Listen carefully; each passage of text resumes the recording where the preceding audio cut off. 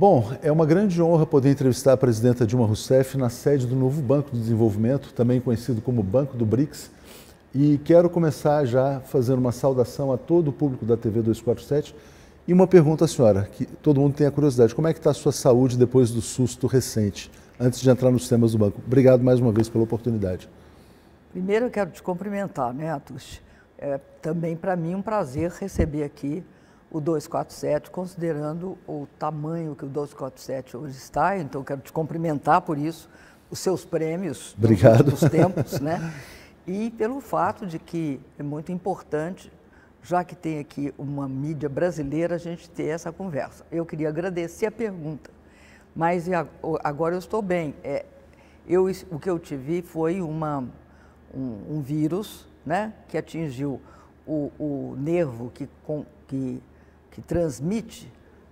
Eu não sei o que ele transmite direito não, porque eu não sou dessa área, né? Não é na minha área, mas o que eu entendi é que no sistema vestibular que afeta o equilíbrio, inclusive você também fica com muita ânsia, uma espécie de tontura, mas durou assim fortemente 4 dias. Eu tive um tratamento perfeito aqui, eles aqui só te deixam sair do hospital quando você está completamente, você está assim, você saiu de tomar soro e tomar remédio na veia, e aí você então tem uma recuperação. Depois que você sai, essa recuperação é garantida, tranquila, a minha foi bem boa. Então podemos dizer que a senhora agora está 100% para esse novo mandato à frente do novo Banco de Desenvolvimento. Olha, posso te dizer uma coisa? Evitando todos os vírus que estão por aí, eu estou perfeita. O que a gente sempre tem de cuidar, né? Porque viajar muito, né, Atush? Todo mundo fica um pouco, principalmente quando eu viajo, né? Essas grandes distâncias que eu tenho de viajar, porque também eu tenho de ver o Brasil, né? Claro. Não dá para ficar sem ver durante muito tempo, porque não basta ver pelo vídeo, né? Você tem, né? Passarinho que nasceu no Brasil, volta para o Brasil. Né? Se você é um passarinho que nasceu no Brasil... A senhora tem os netos também, né? Tem a família. Tenho tudo. Então, como eu viajo muito, eu tenho uma queda de imunidade. E aí você... Essa vez eu tive isso. Uma outra vez eu tive gripe. Eu prefiro gripe, sabe? Vamos falar sobre o banco, então. Na verdade, eu queria pedir para a senhora fazer um balanço do que foi o primeiro mandato e para onde caminha o novo Banco de Desenvolvimento, quais vão ser as prioridades. Olha, Atush, eu cheguei aqui no dia 27 de março de 2023. E o banco estava passando por uma crise que você pode atribuir um pouco à Covid, mas também por problemas do próprio banco. Qual era essa crise? Um banco, o que é um banco? Um banco é uma entidade que vai ao mercado e levanta financiamento. E geralmente, ele toma no curto prazo. Todo banco é assim, e empresta num prazo maior. Esse é o papel do banco, é o papel do crédito, é alongar a capacidade da pessoa que tomou o empréstimo de pagar num tempo maior. Então, o que tinha acontecido com o banco? Durante 16 meses, 15 a 16 meses, ele tinha parado de ir ao mercado. Tá? Ele tinha parado de ir ao mercado e isso comprometia duas coisas. Comprometia essa capacidade de ele emprestar. Para quem? Para os países que integram o banco, que é Brasil, Rússia, China, Índia, África do Sul, Emirados, Bangladesh e Egito. São os 8 países. Né? Agora estão entrando mais 2, um é a Argélia, que já foi aprovado, e o Uruguai, que tinha sido aprovado no passado, mas ele não tinha entrado porque ele não tinha aprovado, o Uruguai não tinha passado por um processo de aprovação interna. Só uma curiosidade, quer dizer, o país pode ser membro do banco sem ser necessariamente um país do BRICS, né? Sim, porque o BRICS, por exemplo, não tem as mesmas pessoas, os mesmos bancos que os mesmos países que participam do BRICS não necessariamente estão todos dentro do banco. Por quê? Porque são instituições diferentes. Apesar do NDB, o novo Banco do Desenvolvimento, ser um banco dos BRICS, porque ele é um banco dos BRICS, nem todos os seus membros são membros do BRICS.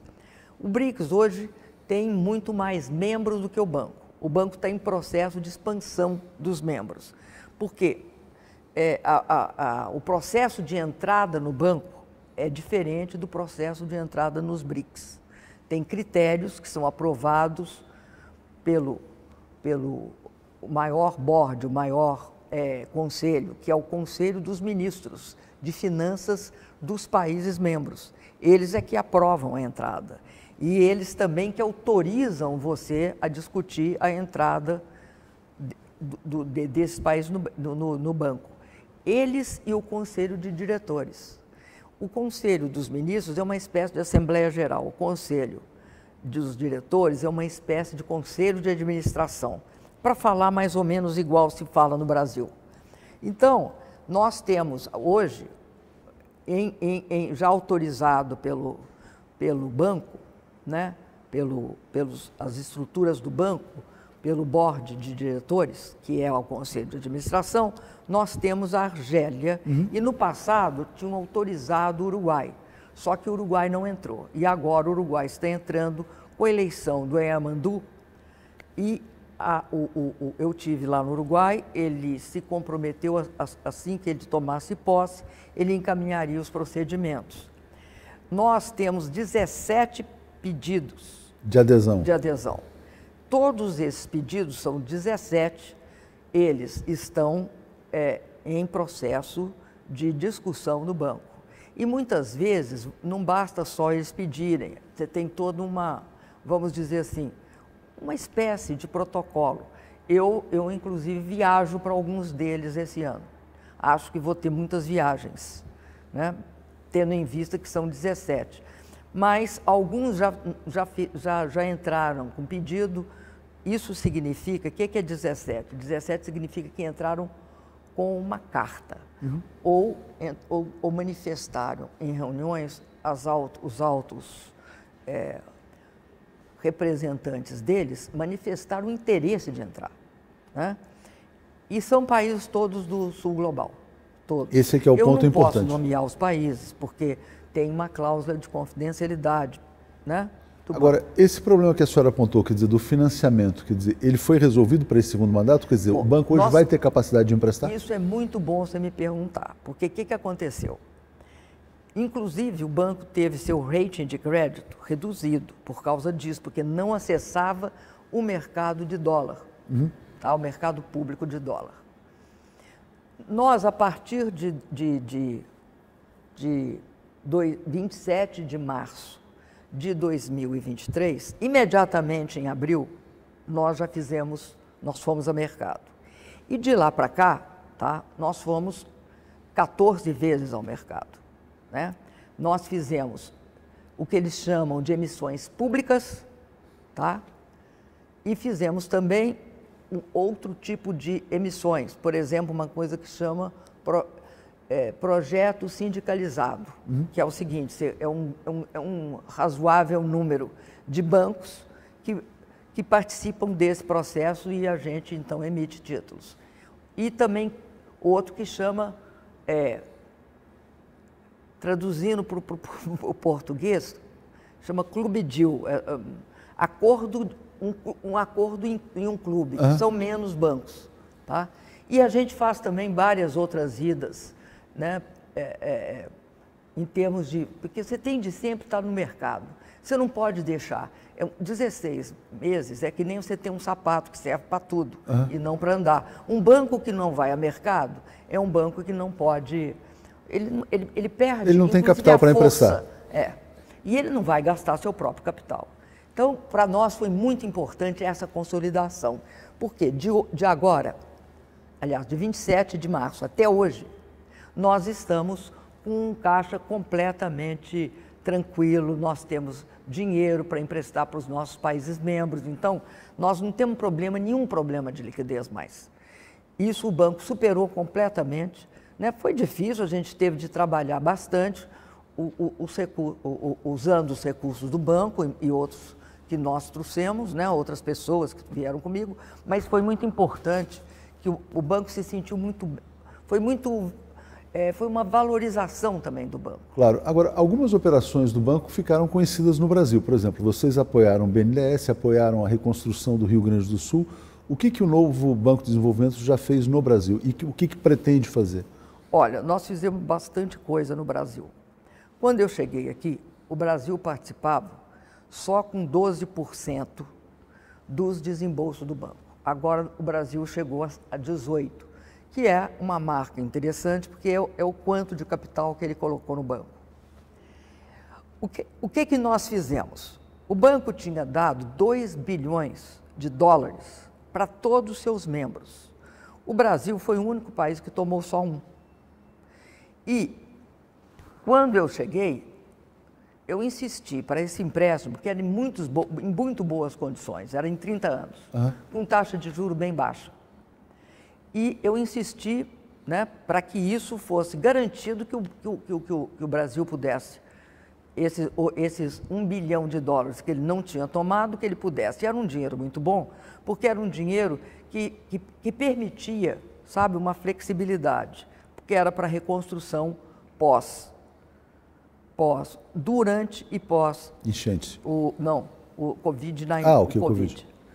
Então, ele não tinha tomado esse dinheiro. Então, foi 1 bilhão, depois foi 1 bilhão e 700 milhões de dólares para o BNDES, dos quais 1 bilhão e 200 para a infraestrutura, 1 milhão e 200 de dólares, e 500 milhões para o clima, né, que o BNDES está com esse dinheiro e está investindo.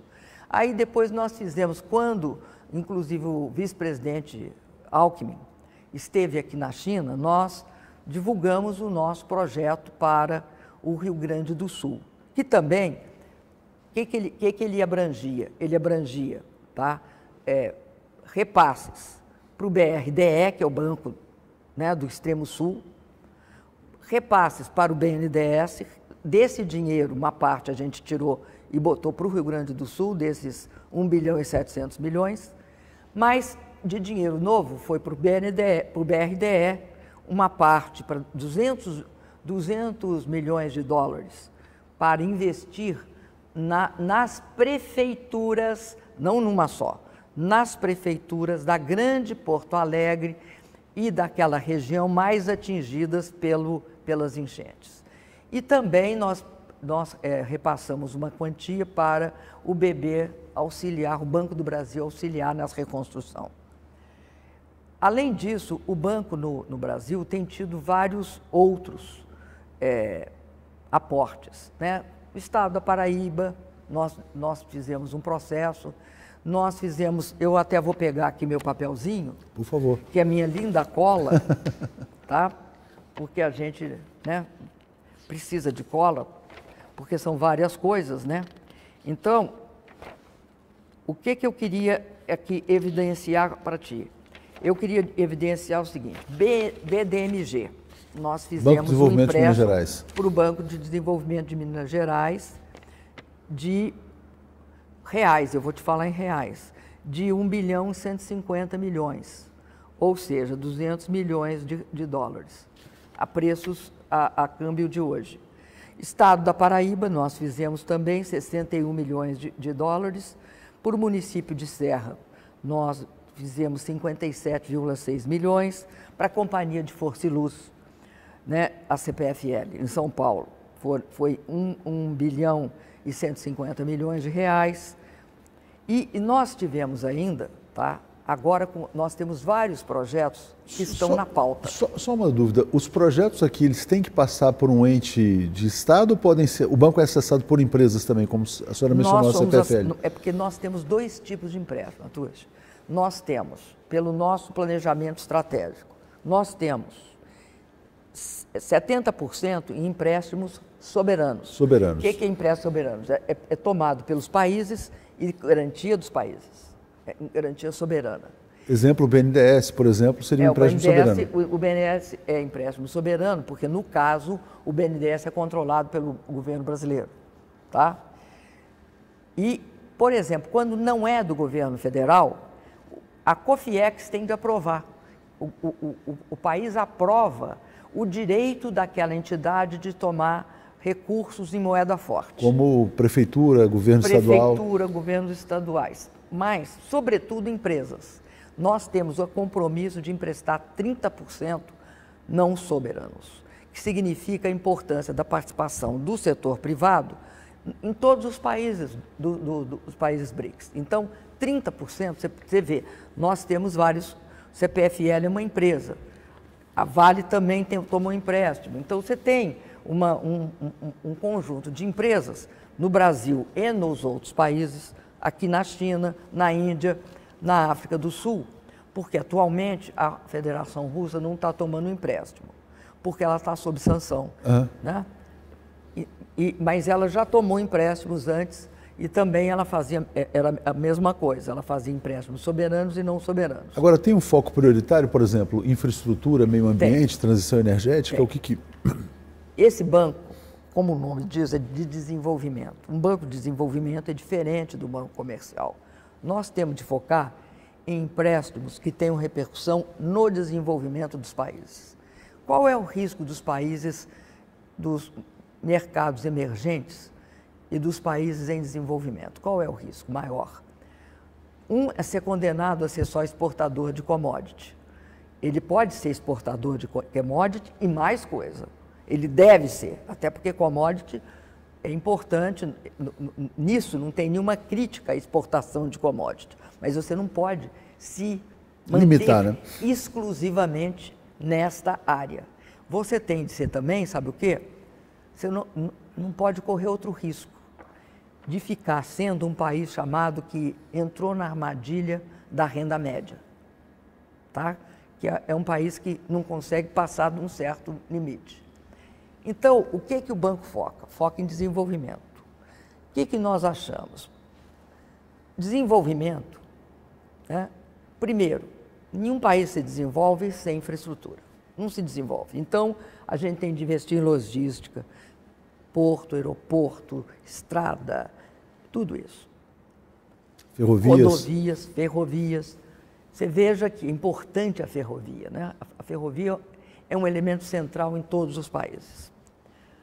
Segundo, nós temos um compromisso com a questão da sustentabilidade. O investimento o desenvolvimento terá de ser sustentável, para ele ser, inclusive, estável, para ele, inclusive, permitir que a gente tenha uma maior capacidade de enfrentar tudo o que vem em termos de mudança do clima, que nós estamos vendo, né? Enchente. Rio Grande do Sul. Nós estamos assistindo grandes incêndios, né? Isso tudo está sendo visto. Então, nós temos de ter esse compromisso com o investimento sustentável, principalmente em ações contra a mudança do clima e a transição energética, né? O Brasil é um país... bem posicionado, vamos dizer assim, né? Eu acho, até do ponto de vista do total, um país que tem uma estrutura energética excepcional. Nós somos um país que tem... Eu sou da época que a gente tinha 80%, eu não tenho certeza se é 80%, um pouquinho mais ou um pouquinho menos, de energia limpa, energia hidrelétrica, com as nossas grandes barragens sustentando e dando backup para todas as fontes de energia renováveis que entram, como a solar e eólica. Então, nós temos de dar força para esse crescimento da energia renovável nas matrizes dos países membros. Ao mesmo tempo, a gente tem de entender que se a gente tem uma situação excepcional, muitos não têm acesso, a não ser a fossil fuels. Então, temos de seguir um pouco o exemplo da China, porque a China, num período muito curto, ela está mudando a matriz energética para uma matriz mais sustentável e ela, mais do que isso, a China, ela produz, vamos dizer, inovações. Eu li, inclusive, aproveitando, quer dizer, que a China tem uma meta de descarbonização total até 2060, de se tornar um país, vamos dizer assim, net zero, vamos dizer assim. Isso abre oportunidades para um país como o Brasil, por exemplo, no campo ambiental, reflorestamento, porque esses países vão compensar, na verdade, as emissões, né? Eles não vão, não acho que é só a questão da compensação do mercado de carbono. O que a China está procurando é emitir outra menos. coisa. Ela está procurando fontes sustentáveis de energia, tais como, por exemplo, a China, ela é muito importante em baterias. Então, tem toda uma discussão sobre o problema de usar baterias, grandes baterias, porque a bateria do carro não serve para você armazenar energia. Ela busca uma outra coisa que chama armazenamento no grid, eu tenho que visto não isso é também. a mesma coisa que nós fazemos, que nós armazenamos no grid no Brasil. Porque as grandes reservatórios de água que nós construímos, né, as barragens, elas são grandes reservas, armazenagem de energia no grid. A China também usa fusão, ela tem um grande desenvolvimento na área de fusão. Estar aqui na China é muito bom porque você tem mais ou menos uma visão da inovação, de para onde, né, que está indo a inovação dentro e aqui no sul global. Além disso, o banco tem uma outra missão, que também tem a ver com o desenvolvimento. Não há desenvolvimento quando você chega à quarta revolução industrial, né? A revolução da tecnologia, das tecnologias de informação, da inteligência artificial, dos grandes centros de armazenagem de dados, dos computadores que estão sempre em processo de evolução, e no caso aqui tem uma grande evolução, uma grande disruptiva, né? Se você de fato conseguir comercializar computação quântica. Mas eu vou falar só na questão da tecnologia que existe, que é a seguinte: um país, ele não faz o catch-up, ou seja, ele não consegue se desenvolver hoje se ele não acessar a tecnologia. Acessar a tecnologia não é pura e simples transferência. Pode ser isso, mas é também construir sua própria capacidade. O que eles chamam de capacity building, né? Que é o nome que é usado em inglês, mas é construir a capacidade educacional, a capacidade tecnológica, científica, etc. Para fazer esse catch-up, sem cooperação internacional, fica muito difícil. Eu tenho inclusive a informação, porque a gente teve a oportunidade de encontrar duas médicas aqui em Xangai, de que vai sair um projeto muito importante de cooperação Brasil-China na área médica e inteligência artificial. Esse projeto já pode ser mais ou menos antecipado? É um projeto, mas deixa eu só acabar essa história do desenvolvimento, que é a seguinte, Arthur. Nós precisamos de ter um desenvolvimento de qualidade. E nós estamos aqui, como eu estava dizendo para você, num país em que essa é uma questão central.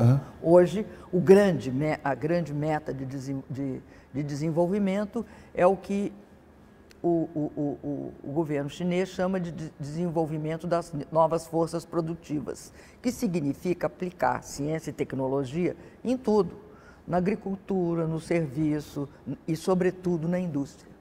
E no caso dos países dos BRICS, é muito importante que nós tenhamos também financiamento nessa área.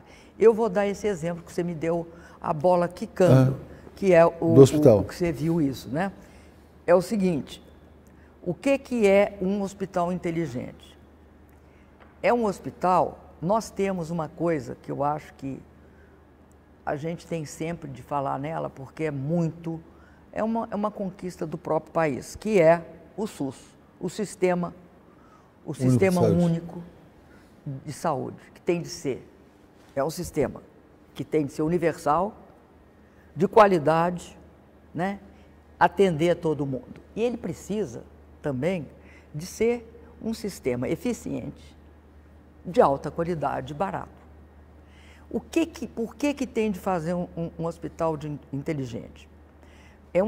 Um hospital inteligente que nós estamos fazendo, disseram para nós, inclusive para essas duas médicas que você viu, que você falou, disseram que era o hospital inteligente construído desde baixo, para ser hospital inteligente, nós seríamos o primeiro que eles conheciam aqui na China. E aqui você tem... Ai, eu quis espirrar, mas contigo. Aqui você tem, então, muitas oportunidades nisso. O Brasil fez uma parceria, né? As chamadas 37 áreas que nós temos parceria com a China. Naquela viagem do presidente Xi ao G20. Isso mesmo. Quando o presidente Xi esteve no Brasil numa visita de Estado, que foi depois do G20. Aquilo foi uma visita de Estado para elevar as nossas parcerias. Uma delas, então, na saúde, dessas 37. Uma delas é o Hospital Inteligente. O que significa que a gente quer? A gente quer que o sistema público tenha acesso ao que há de mais avançado e que também vai garantir, o uso, por exemplo, a aplicação de inteligência artificial nessa área vai garantir também um custo menor. São duas coisas. Mais precisão, diagnóstico melhor. Você vai ter diagnóstico melhor, você vai ter exames melhores, você vai ter mais capacidade de atendimento. Porque a quantidade de tempo que leva para você atender uma emergência, tudo isso começa a reduzir. Você começa, por exemplo, a utilizar numa ambulância. Eu lembro que nós tínhamos um problema muito grande, porque o SAMU é outra grande inovação do Brasil. Tanto o SAMU, né, quanto o SUS são a base disso. O que acontece? Se uma doente entra na ambulância, o que nós queremos é que esse doente tenha acesso imediato, principalmente se ele tiver com alguma emergência. Antes de chegar ao hospital. Antes de chegar ao hospital. Que ele possa chegar ao hospital com o hospital já sabendo tudo o que ele tem e como já proceder ao atendimento dele. Isso vai evitar morte. Isso vai aumentar a eficiência do SUS. Agora, esse projeto, então, é uma parceria NDB, Governo Federal Brasileiro, pelo SUS, Governo de São Paulo, Universidade de São Paulo, é uma coisa bastante ampla, né? Ele é assim. O Brasil tem uma universidade,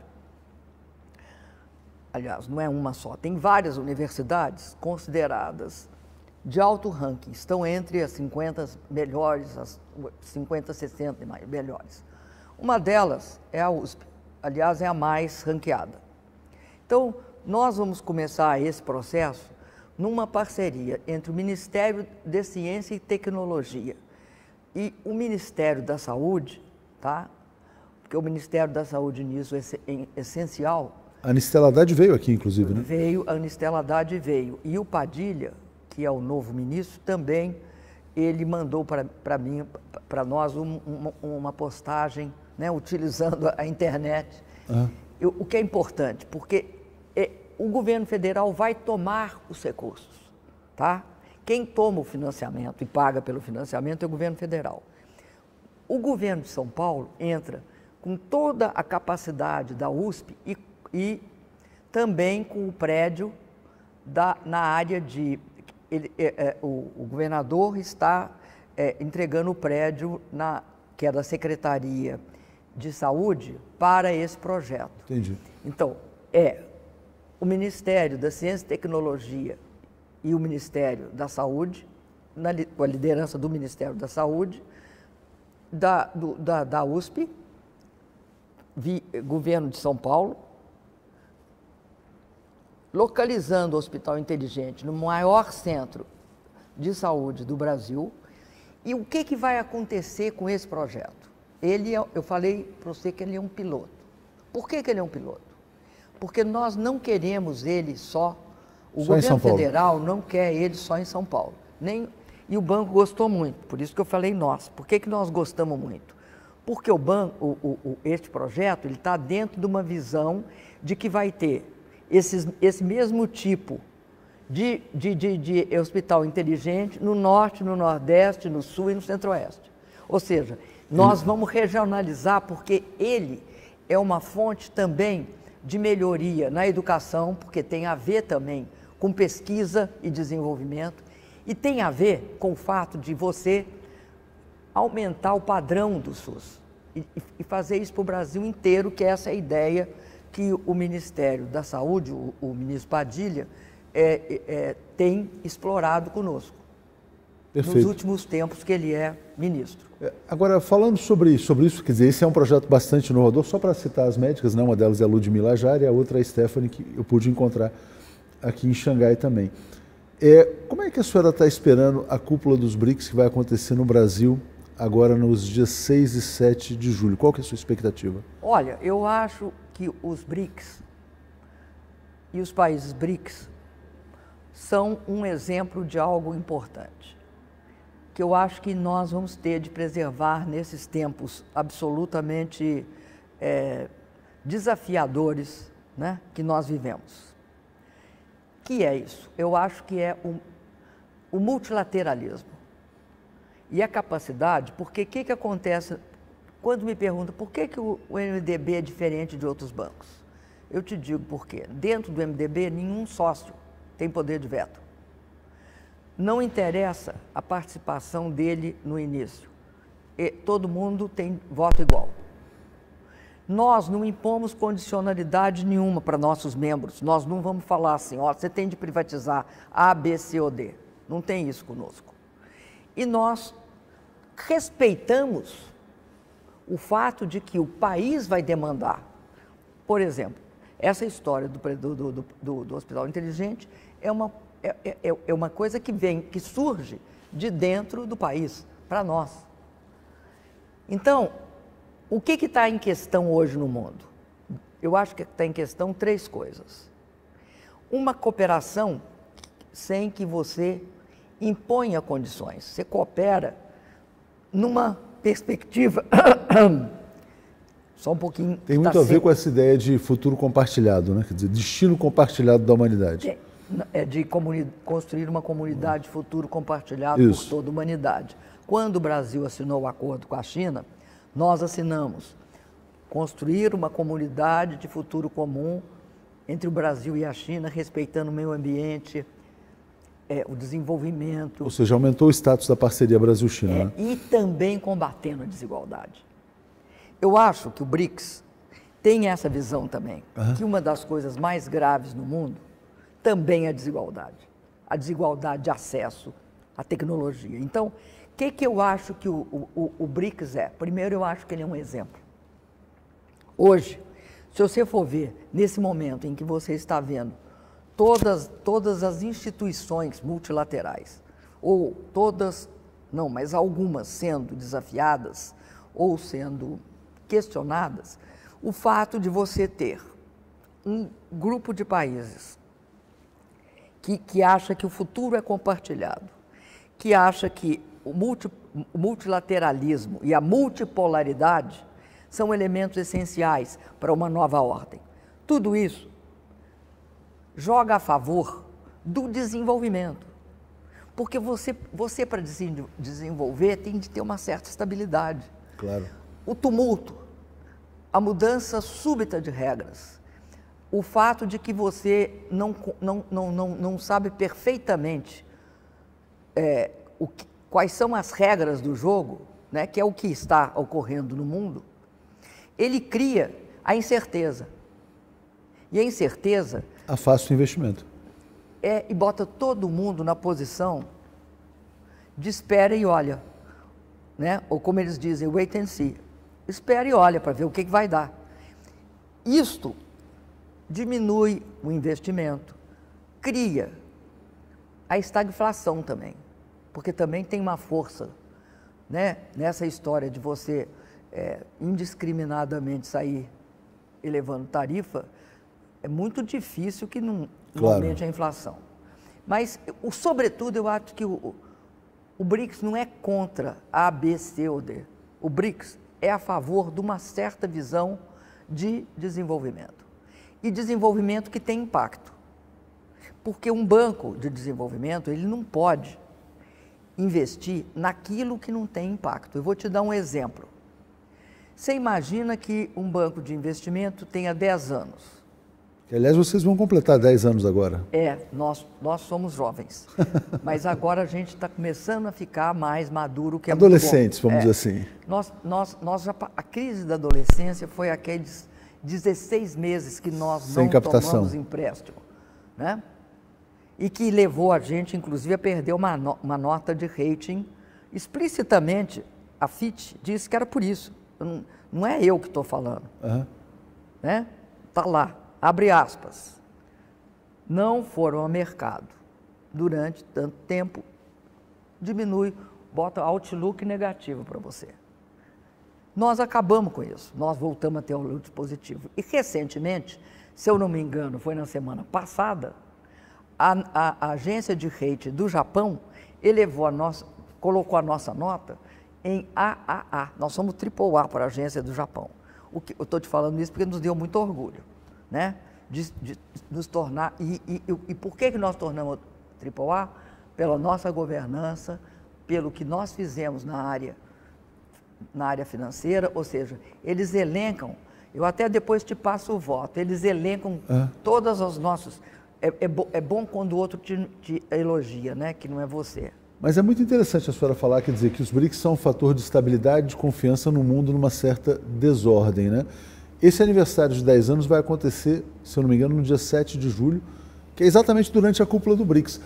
Eu queria perguntar assim, quer dizer, a senhora vê um compromisso total do Brasil com essa cúpula, com a multipolaridade, com... Só vejo. Agora nós somos... Porque é assim, tá? Como é que a cúpula dos BRICS, o país que dirige os BRICS, é Brasil, Rússia, Índia, China e África do Sul, pelas letras, tá? No início, tá? A primeira cúpula, inclusive, foi em Fortaleza, se eu não me engano, no seu governo. Foi em 2014. Foi quando o BRICS, o banco, nós chegamos à conclusão que nós íamos construir um banco. E ele só veio a se estruturar em 15. Então, faz 10 anos. O que é o BRICS, eu acho? O BRICS, ele era uma resposta ao fato de que as instituições de Bretton Woods, até hoje, elas são desproporcionais na representação. Toda a discussão do G20... Tem uma coisa que a senhora falou, quer dizer, tem a questão de veto e tem a questão de imposição de políticas. Né? E também tem a questão do fato de que a importância dos países, tá, não está refletida nas distribuições de ações. Tudo isso. Então, o BRICS foi criado. O BRICS, como eu disse para você, não é contra isso, porque nós temos uma ótima relação com todas essas instituições, o BRICS Banco. Aliás, inclusive, essas captações são em dólar, né? Quando a senhora, quando volta ao mercado, capta em dólar e empresta em dólar. Nós emprestamos em dólar, nós emprestamos em renminbi e emprestamos em rand. Tá? Porque nós captamos, nós temos obrigação de captar em moeda local. Então, atualmente nós captamos em dólar, em renminbi, nós emprestamos em dólar, renminbi e rand. E captamos também nessas moedas. Mas nós, atualmente, captamos em várias moedas. Nós captamos em euro, né? Nós captamos em moeda japonesa e convertemos em dólar ou não. Depende do que tiver. Não, e depende da quantidade de projeto em cada moeda, né? Porque tem gente que quer tomar em euro. Se for possível, a gente empresta em euro. Claro. E a senhora enxerga, então, depois dessa cúpula, quer dizer, essa consolidação da multipolaridade? Eu acho que ele é um dos fatores. Acho que ele não é o único. O BRICS é um dos grandes fatores que contribui para essa multipolaridade. Mas, principalmente, é uma relação multilateral também. Né? É que é o seguinte, é uma visão de que a cooperação é um elemento essencial nas relações econômicas, nas relações entre os países, né? Nas geoeconômicas e geopolíticas. Se você não tiver um respeito por cada país, e não independe do tamanho deles, eles têm de ter respeito. E o multilateralismo é ser capaz de ir no mundo que tem diferentes níveis de países, diferentes civilizações que construíram esse país. Você tem de ter respeito por elas. Você não pode querer impor uma escala de valores que você, naquele momento, acha que são os mais relevantes, sem respeitar o que os outros países construíram ao longo da sua história. Esta é uma questão que eu acho que tem a ver com a multipolaridade, mas tem a ver, sobretudo, com o multilateralismo e a cooperação.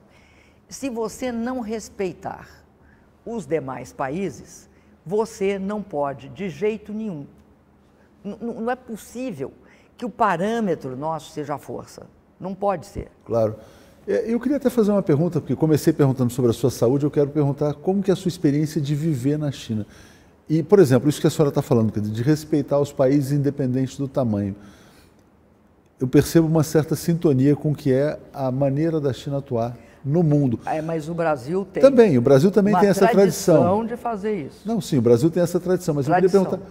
Tanto é que nós somos olhados com muita simpatia, porque nós nunca impusemos, não é nosso, nós não fizemos isso nunca, né? Inclusive, a gente sempre ficou incomodado quando alguém chamava a gente de imperialista na América Latina. Exatamente, quer dizer, na relação com o Paraguai, com outros países. Isso daí é uma questão que eu acho que é um valor brasileiro também. Também é um valor brasileiro. Aqui também a China dá muito valor a isso. E também muito valor ao respeito à civilização. Por quê? Porque aqui tem uma civilização de... eu não vou dar o número, mas eu acho que é 5.000 anos que eles falam. Mas é uma civilização extremamente sofisticada, né? Um lugar em que você teve o primeiro governo centralizado, tem uma disputa entre eles e o Egito. O Egito também teve o primeiro governo centralizado. Todos que têm governo centralizado, você pode saber, tem escrita. Tem como ter governo centralizado sem escrita. Então, você também tem uma questão da cultura, porque a escrita também, né, permite não só a eficiência na gestão burocrática, mas ela permite cultura, ela distribui informação. Além disso, o que é importante numa civilização? É entender os valores, né? Aqui na China tem um valor que é dado pela importância que eles atribuem à educação, é visível na história do país, né? Eu acho que você tem a mesma coisa em outras civilizações. Você vê uma civilização como a egípcia. Estou falando de egípcia porque o Egito é um país membro nosso. Claro. Né? E tem uma história. Você tem uma civilização na Índia. Então, o que acontece? É você entender, por exemplo, que você tem uma civilização persa, que é do Irã, importantíssima. Né? Você tem uma cultura árabe, e não essa visão distorcida do que são os árabes. Né? Lembrando sempre que eles preservaram a cultura grega durante a Idade Média. Quem é que traduziu os textos, quem é que divulgou depois. Né? Então, esse respeito pela civilização é um respeito pela história, a nossa história comum. Claro. Né? Eu acredito que isso é um fator bem claro, né? Que você vê que isso acontece na China. Eu acredito que viver aqui... Seria a minha pergunta, quer dizer, como é que tem sido essa experiência de viver aqui há 2 anos? Eu vou te falar o seguinte, em qualquer circunstância, eu sou um outro passarinho, né? Sou um passarinho latino-americano. Eu sempre falo passarinho, porque eu acho que os passarinhos têm mais dificuldade de adaptar do que outros bichos. Eles sempre voltam, né? E sempre voltam para lá. Bom, feito essa ressalva, né? Que a gente sempre quer voltar lá, né? Essa é uma questão, eu acho que tem a ver com onde você nasceu, como é que é a sua infância e tudo. Isso. Né? Eu acho que aqui é um lugar muito bom de viver, só que você fica mal acostumado. Em que sentido? Você fica mal acostumado? Fica. Por causa da infraestrutura, que é muito boa, e por causa da segurança também, que você pode andar em qualquer lugar. Por exemplo, eu não sei se foi para ti que eu mostrei, mas para alguém foi. Você compra uma coisa pelo celular, eles botam na porta da sua casa. Ninguém pega. E aí acumula, às vezes acumula, fica um tanto assim de coisa na porta. Então, sabe, que eu acho que tem a ver também com a cultura e tem a ver, né, com todo o processo que aqui não tem. Acho que é uma coisa importante que tem uma clara noção de segurança pública. E a senhora é feliz com o seu papel hoje no mundo? Quer dizer, depois de ter sido ministra, presidenta, quer dizer, hoje está nessa posição central, quer dizer, como é que é o seu estado de felicidade pessoal? Só quero falar o seguinte, eu sempre digo uma coisa, nada é maior, igual do que ser presidenta do Brasil, nada, não tem uma coisa, né? Nem presidente da galáxia, tá? Porque a galáxia não é o Brasil, entendeu? Então, eu acho importante os BRICS, eu gosto daqui, eu gosto do banco, acho que o banco tem um papel importante, acho que o banco ajudar a construir ele, até porque, né, eu participei lá, eu estava lá, nunca pensei na minha vida, em 2014, que estaria aqui hoje, né? Que estaria aqui hoje. Mas é muito interessante, quer dizer, pela sua história também de vida, né? Quer dizer, hoje está nesse papel da construção do mundo multipolar, porque a sua história é uma história épica, né, em todos os sentidos. De uma pessoa que foi perseguida por uma ditadura, depois se torna presidente, quer dizer, passa por aquele processo turbulento que a gente já narrou várias vezes e hoje está nessa posição central. Então, para a gente encerrar essa entrevista que eu mais uma vez agradeço e reputo muito importante, queria te pedir para deixar uma mensagem final para as pessoas que estão assustadas com o mundo em que estamos vivendo, né?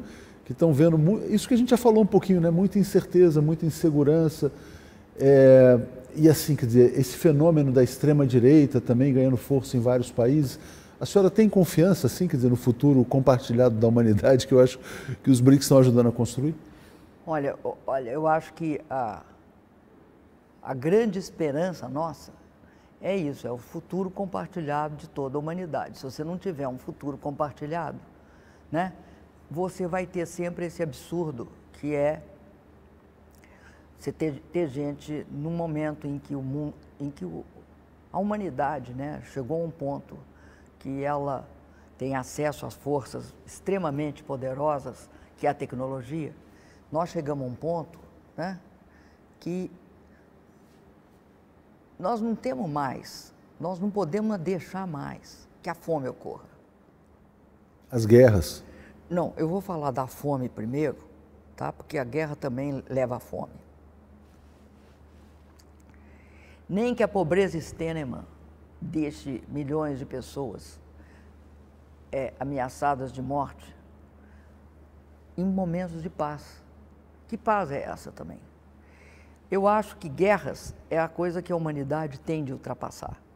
Mas, sobretudo, só pode fazer isso se tiver cooperação, se tiver multilateralismo, se tiver compreensão do que é estar num mundo comum. E não é possível que a gente não perceba que a força é nossa. Só tem uma coisa que é a grande força da humanidade, é a própria. Então, essa capacidade de construir isso é de cada um de nós, não é só de um órgão. Não existe solução só de uma pequena parte.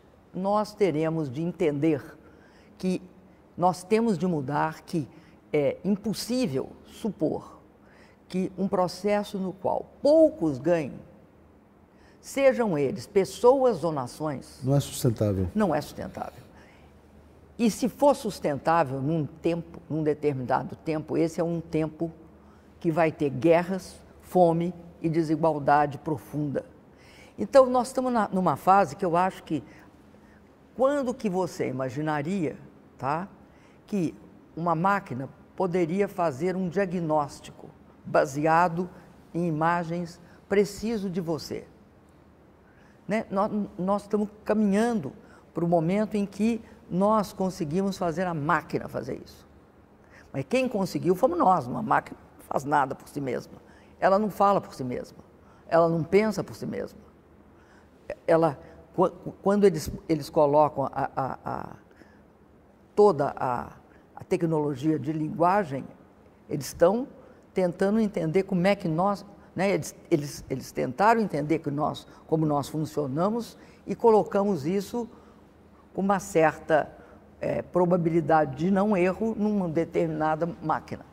Isso é um grande passo, Atucho. O que não é possível é isso ser usado por um grupo de pessoas super ricas. Claro. Então eu quero falar uma coisa para você. Eu acho que teve um momento muito importante neste mês passado, que foi o DeepSeek. Por quê? O que é que tem no DeepSeek que eu admiro? Tem tentar fazer o mesmo com menos recurso. Código aberto. Esse é o segundo. Segundo, deixar todo mundo acessar esse código e aprender com isso e mudar. E, ao mesmo tempo, acabou com aquela história que tem um grupo, né, selecionado de pessoas ou de empresas que criam, pela quantidade de dinheiro que tem, uma barreira à entrada de quaisquer outros. Né? Cria uma espécie de fosso no qual você cai porque você não tem tanto dinheiro para fazer um data center. O que o DeepSeek mostra? O DeepSeek mostra que mesmo quando tentam barrar o investimento tecnológico, a inovação baseada nesse investimento, você não consegue superar o quê? A diferença que faz quem pensa. E reflete também esse espírito... Então, o DeepSeek é uma prova de que é quase um Davi contra Golias, você entendeu? Quase isso. E o Davi está ficando forte, né? Quer dizer, isso é muito importante. Não, mais do que forte, esperto. Mas olha, eu queria muito agradecer pela entrevista, pela honra de estar aqui na sede do novo Banco do Desenvolvimento. Para mim é um motivo de muita alegria, revê-la, né, bem de saúde e à frente desse projeto tão importante. Agradeço a todos que estão acompanhando essa entrevista, que não está sendo ao vivo, mas é uma honra mais uma vez, espero vê-la no Brasil, na cúpula dos BRICS. Muito obrigado. Lá estarei sem falta. É isso aí. Obrigado, gente.